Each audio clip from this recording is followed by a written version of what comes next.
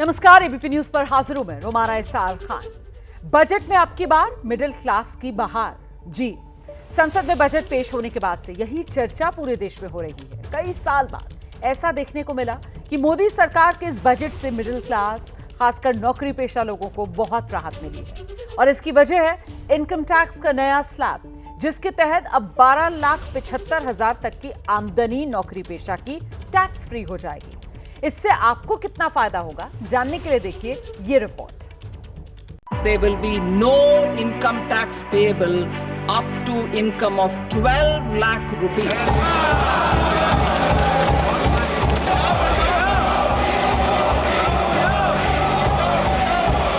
देश के नागरिकों की बचत कैसे बढ़ेगी, ये बजट इसकी एक बहुत मजबूत नींव रखता है। इस बजट में गरीब और किसान का कल्याण है। देश के इतिहास का एक बहुत महत्वपूर्ण बजट निर्मला जी ने आज पार्लियामेंट में पेश किया। बजट के आंकड़ों से ज्यादा जरूरी है कि जिन लोगों की जान गई है वो आंकड़े। इस बजट से अर्थव्यवस्था को एक नई उड़ान मिलेगी। वही पुराना बजट है जो पिछले 10 सालों से हम सुनते आ रहे हैं।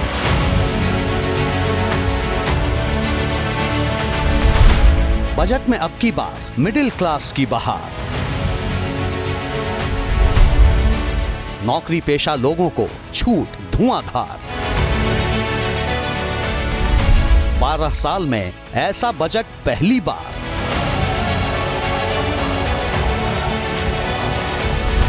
No tax limit 12,75,000।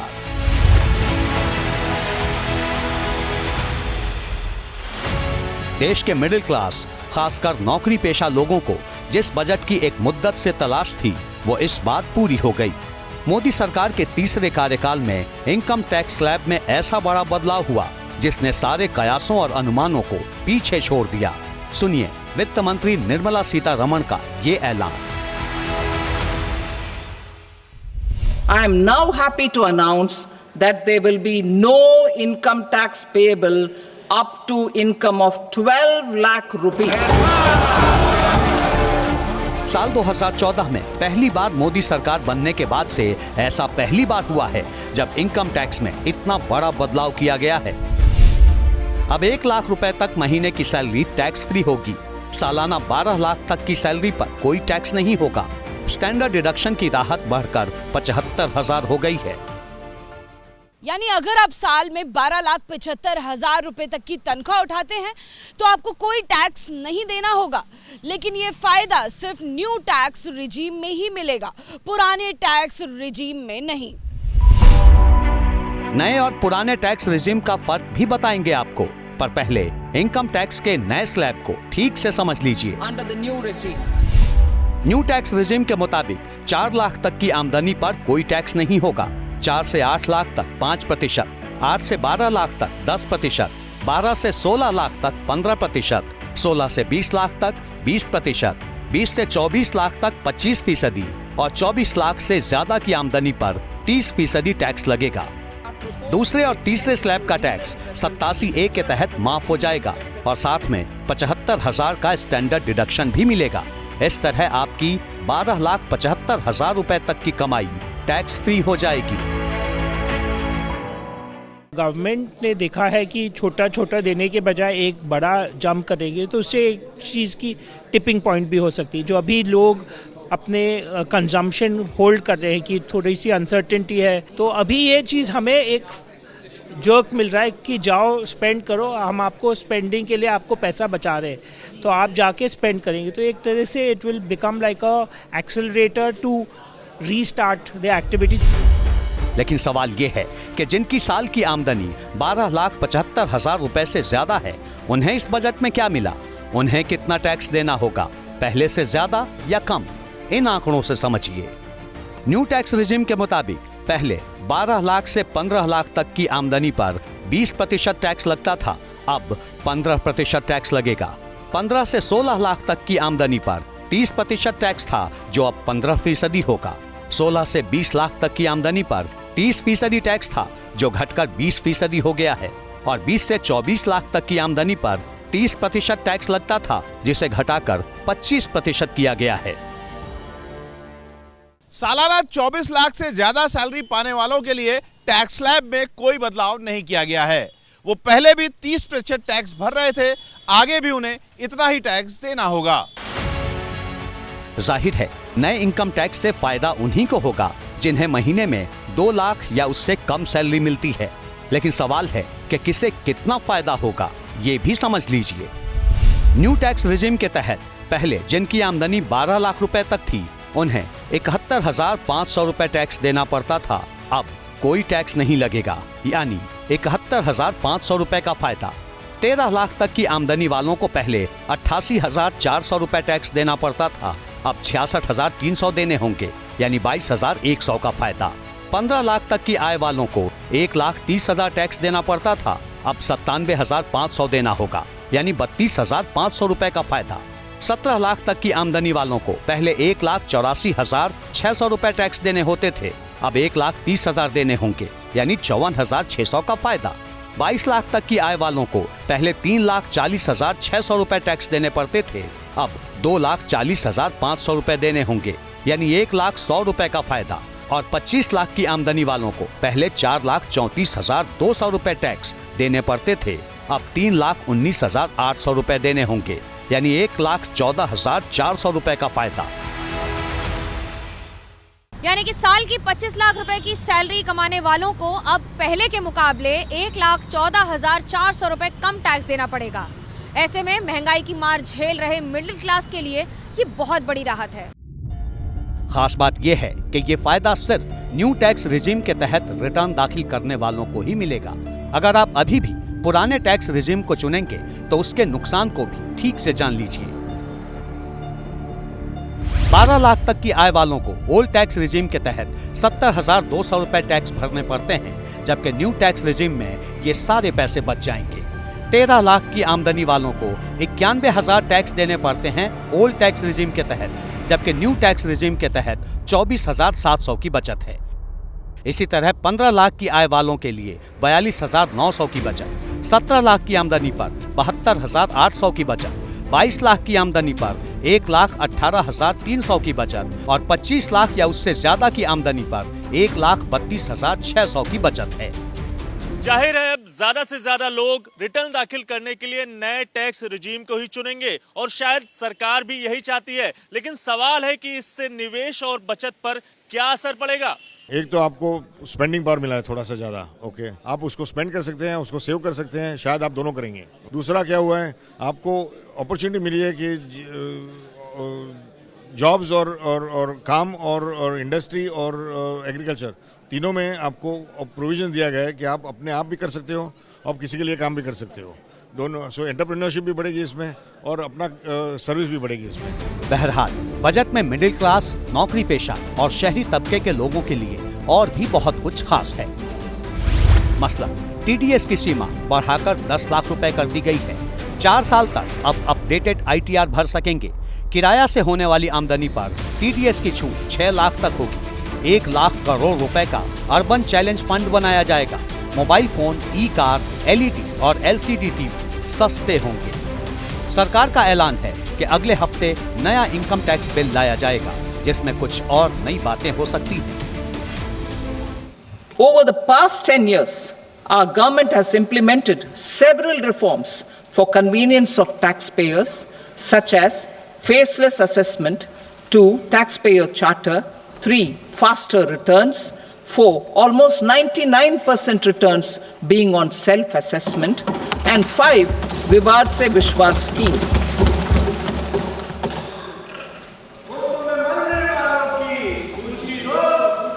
Continuing these efforts, I reaffirm the commitment of the tax department to trust first, scrutinize later. I also propose to introduce the new income tax bill next week. नौकरी पेशा लोगों के अलावा नौजवानों के लिए भी budget में कई ऐलान किए गए हैं। मसलन स्टार्टअप के लिए 10,000 करोड़ रुपए का फंड बनेगा। 500 करोड़ रुपए से 3 AI एक्सीलेंस सेंटर बनेंगे। देश में 23 IIT में 6,500 सीटें बढ़ाई जाएंगी। मेडिकल कॉलेजों में 10,000 सीटें बढ़ेंगी और PM रिसर्च फेलोशिप के तहत 10,000 नई फेलोशिप दी जाएंगी। शिक्षा पूरे हमारे समाज की नींव है और शिक्षा बहुत तेज़ी से बदल रही है, स्पेशली आर्टिफिशियल इंटेलिजेंस के आने के बाद। आर्टिफिशियल इंटेलिजेंस का पोटेंशियल है कि एजुकेशन का एक्सेस और उसकी क्वालिटी दोनों में बहुत बढ़ोतरी हुए इंडिया में। इसको देखते हुए सरकार ने एक centre for artificial intelligence in education में 500 करोड़ रुपए का निवेश करेंगे।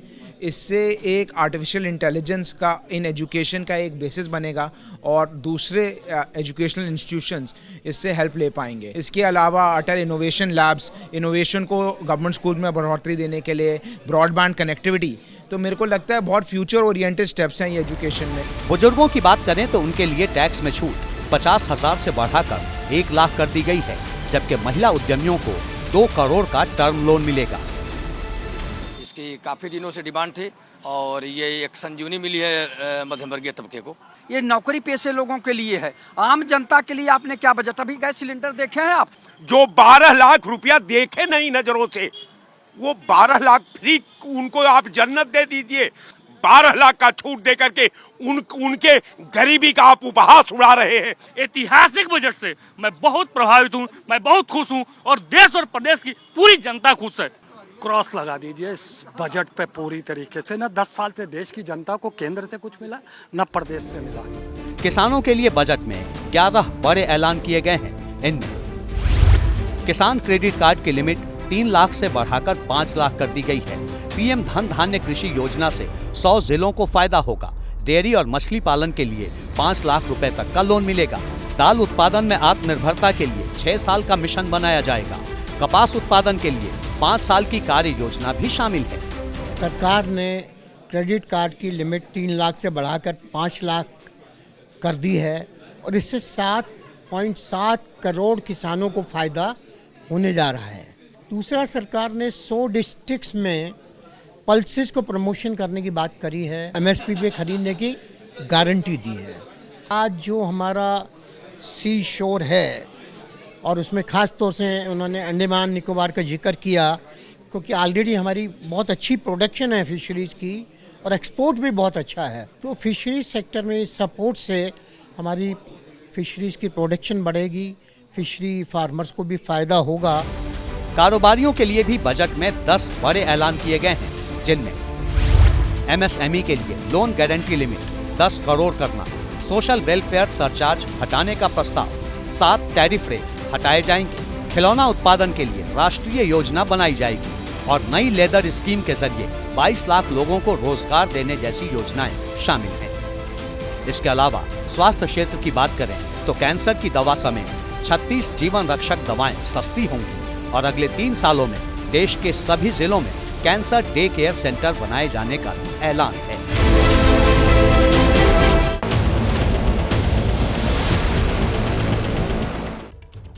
राजनीति का पुराना दस्तूर है, बजट पेश होने के बाद सरकार उसकी सराहना करती है और विपक्ष आलोचना, और इस बार भी यही हो रहा है। लेकिन बजट के बाद सबसे ज्यादा चर्चा में बिहार आ गया है, क्योंकि बजट में उसे मिली है बम्पर सौगात। लेकिन बिहार की सियासत फिर भी गरमाई हुई है।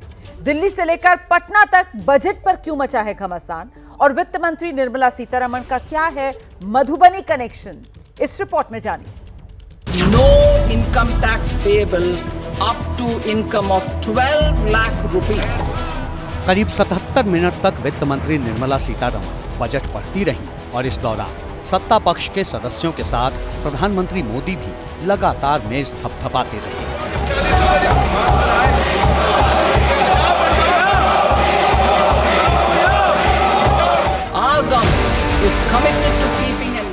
बजट स्पीच खत्म होने के बाद प्रधानमंत्री मोदी बोले, ये भारत के लोगों की आकांक्षाओं और सपनों का बजट है, जो विकास को रफ्तार देने के साथ साथ बचत और निवेश दोनों बढ़ाएगा।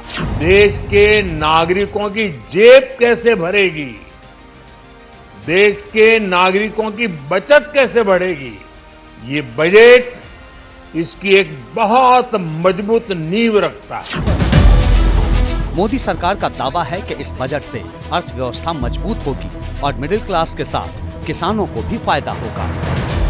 देश के इतिहास का एक बहुत महत्वपूर्ण बजट निर्मला जी ने आज पार्लियामेंट में पेश किया है। ये जो बजट की विशेषता ये है कि हमारी इकोनॉमी को एक्सेलरेट करने वाला ये बजट है। कृषि और किसानों के कल्याण सर्वोच्च प्राथमिकता दी गई है और विशेषकर मध्यम वर्ग के कल्याण का ये बजट है। हमारे जितने भी टैक्स पेयर्स हैं उनको इतनी बड़ी राहत दी गई है, 12 लाख रुपए तक कोई टैक्स नहीं। लेकिन हमेशा की तरह विपक्ष की शिकायत है कि इस बार का बजट भी आम जनता के विरुद्ध है और पूंजीपतियों की जेब भरने वाला है। कांग्रेस से लेकर समाजवादी पार्टी और आम आदमी पार्टी तक सब एक सुर में बजट का विरोध कर रही हैं। अगर आप मध्यम वर्ग में आपके पास रोजगार है और तनख्वाह है तो अच्छी बात है, आपको 12 लाख तक पैसे नहीं देना पड़ेगा। लेकिन उसके बाद आप सोचिए हमारे देश में कितने लोग हैं जिनके पास रोजगार नहीं है, कितने लोग हैं जो बेरोजगारी की कठिनाई महसूस कर रहे हैं, तो उनके बारे में हम कुछ नहीं सुना। वित्त मंत्री ने तो ये शब्द बेरोजगारी ये लफ्ज भी नहीं इस्तेमाल किया। वही पुराना बजट है जो पिछले 10 सालों से हम सुनते आ रहे हैं। न गरीब को कुछ मिलता है, न किसान को कुछ मिलता है, न मध्यम वर्ग को कुछ मिलता है। वही परंपरा है, एक ढोंग है, एक जुमला है। 12 साल बाद कुंभ आता है। जो सरकार को आंकड़े देने चाहिए थे, हमारे लिए आज बजट के आंकड़ों से ज्यादा जरूरी है कि जिन लोगों की जान गई है वो आंकड़े।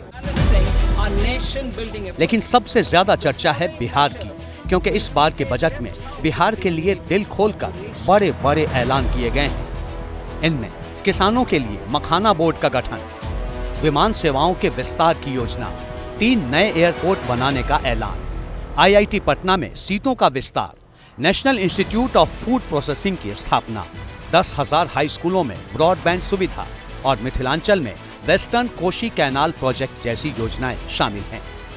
जाहिर है बिहार की NDA सरकार इस बजट से गदगद है, इसलिए CM नीतीश कुमार और उनके सहयोगी बजट की जमकर तारीफ कर रहे हैं। पूर्वांचल का विकास करना है तो गेटवे ऑफ पूर्वांचल बिहार ही है।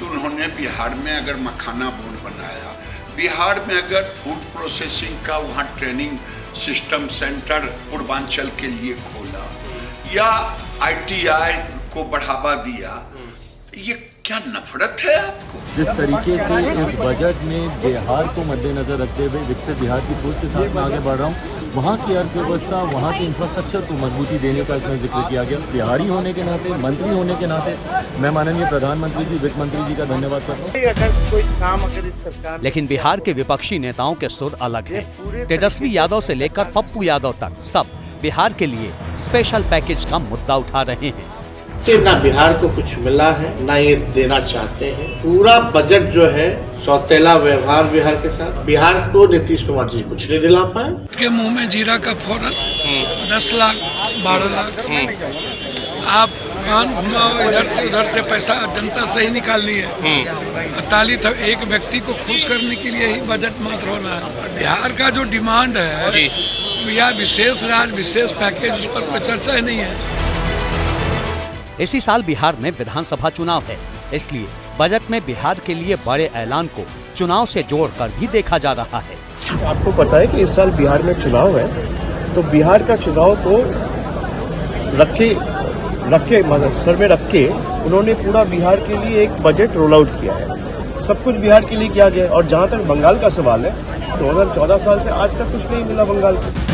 हालांकि इस बार के बजट में बिहार को कुछ खास मिलने वाला है। ये संकेत तभी मिल गया था जब वित्त मंत्री निर्मला सीतारमण बिहार की मधुबनी पेंटिंग वाली साड़ी पहनकर बजट पढ़ने संसद पहुंची।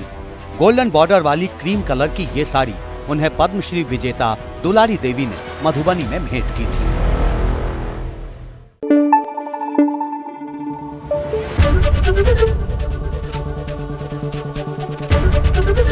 ABP न्यूज आपको रखे आगे।